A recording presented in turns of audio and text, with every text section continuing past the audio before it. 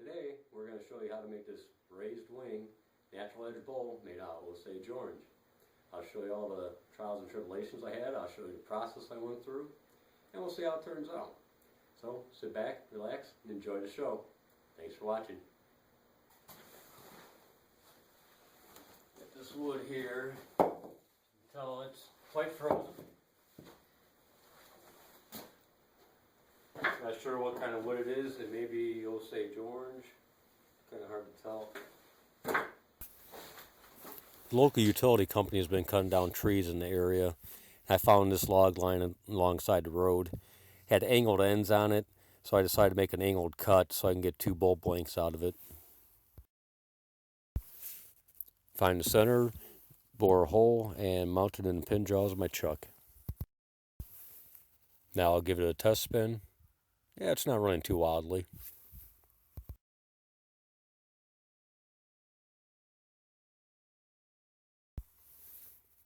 For security, I think I'll use a tailstock for a little added support.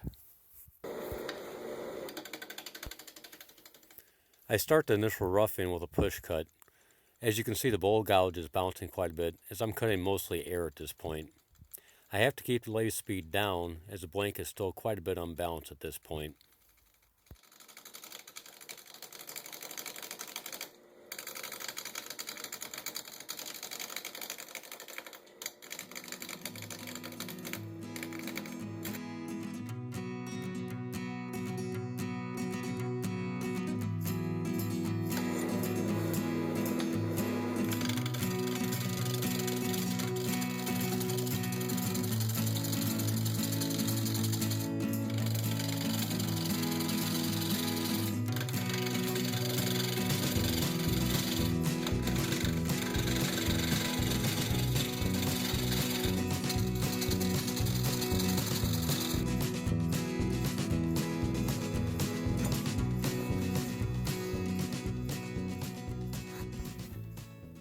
Time to put my gloves on. My fingers are frozen.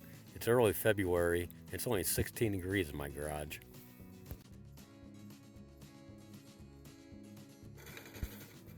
Now I can start forming a mounting tenon and refining the shape.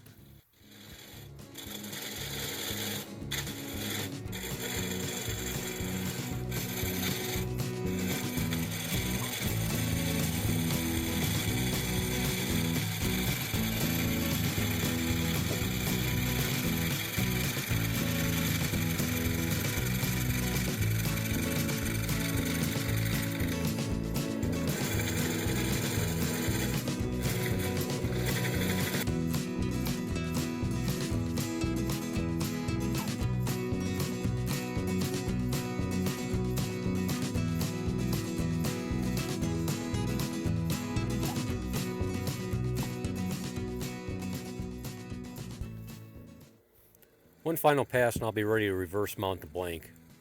In order to retain the bark, do not force the cut. Let the gouge do the work for you. If you maintain bevel support, the gouge will actually feed itself into the wood.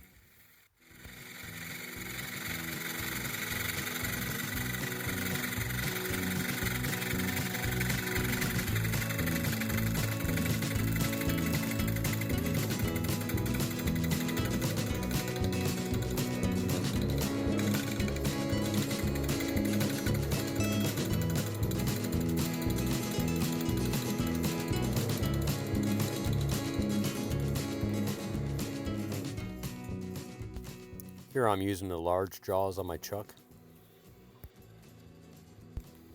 When you reverse mount your bowl, it will rarely run true. So here I'm making some light passes to bring them back to round.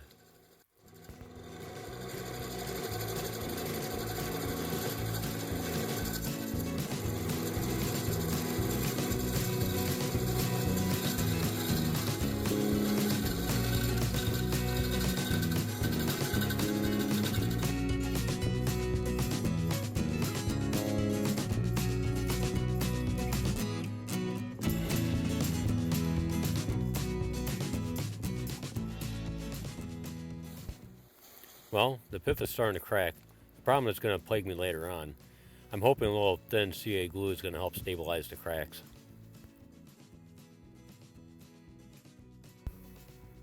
Now onto some shear scraping to remove any tool marks and smooth the surface.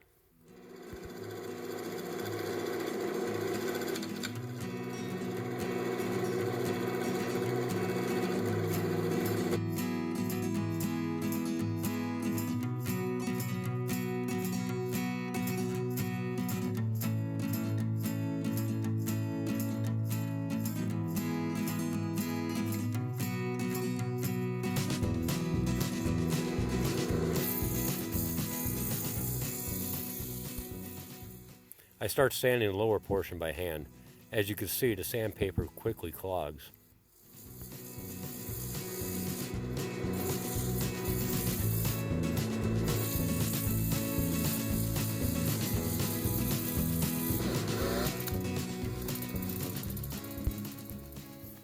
I move on to power sanding for the upper portion. This is an attempt to prevent rounding over the wings. I sand through 320 grit.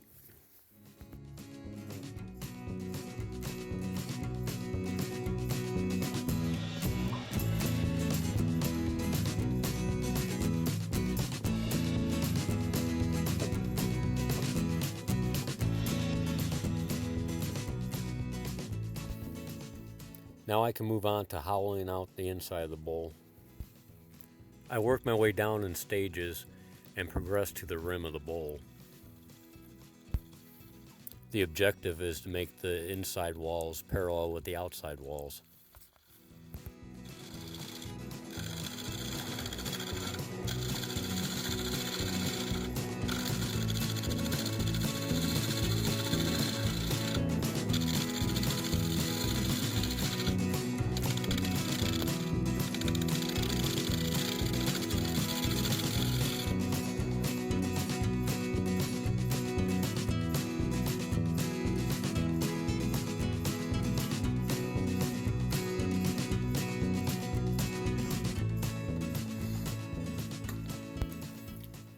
To get a consistent wall thickness on your final pass, ride the bevel of your gouge on the inside of the bowl.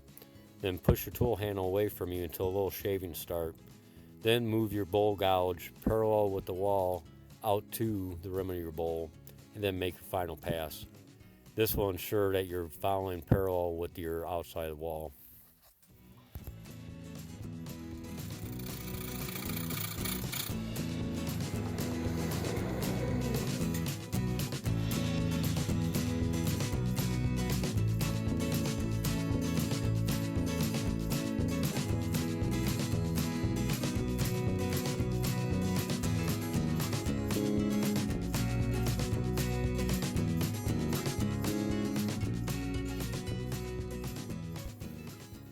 The key to consistent wall thickness is to measure with calipers frequently. Don't rely on your fingers, they can deceive you, especially when you're turning very thin turnings. Starting to run into some trouble with the pith cracking. Time for some more CA glue, thick this time.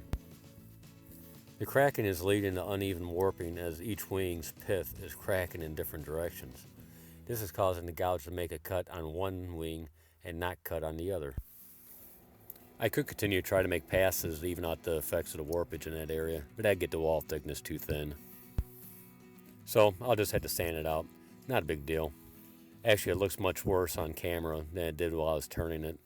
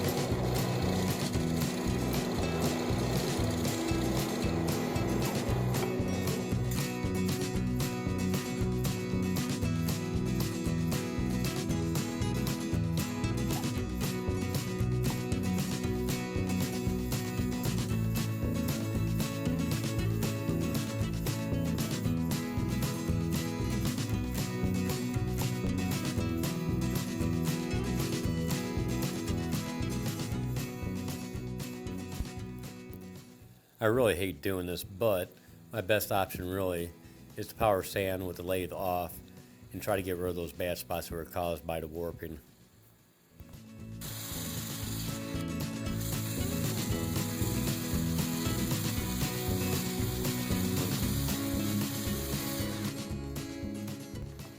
As the sandpaper clogs, a little blast of compressed air clears the way to build up.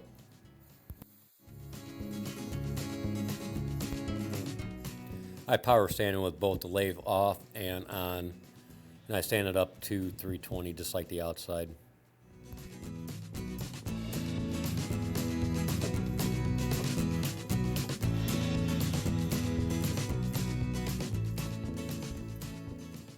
Alright, that turned out pretty good.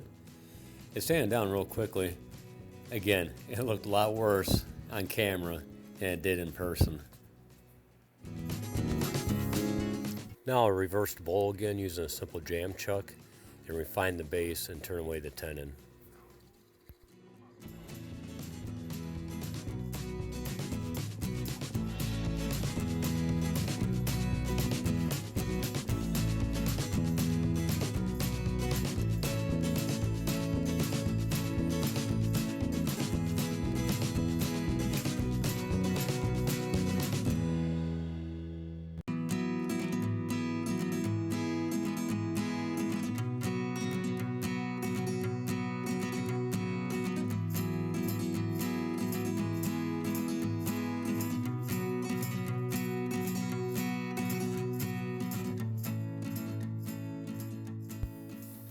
Here I'm using a hand chisel to part off the remaining tenon.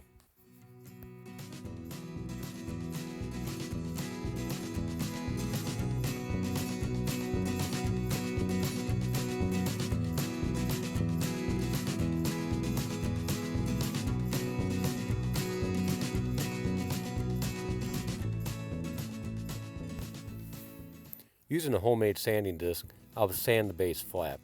I had to resand the base after a few days to deal with the inevitable warping that will occur.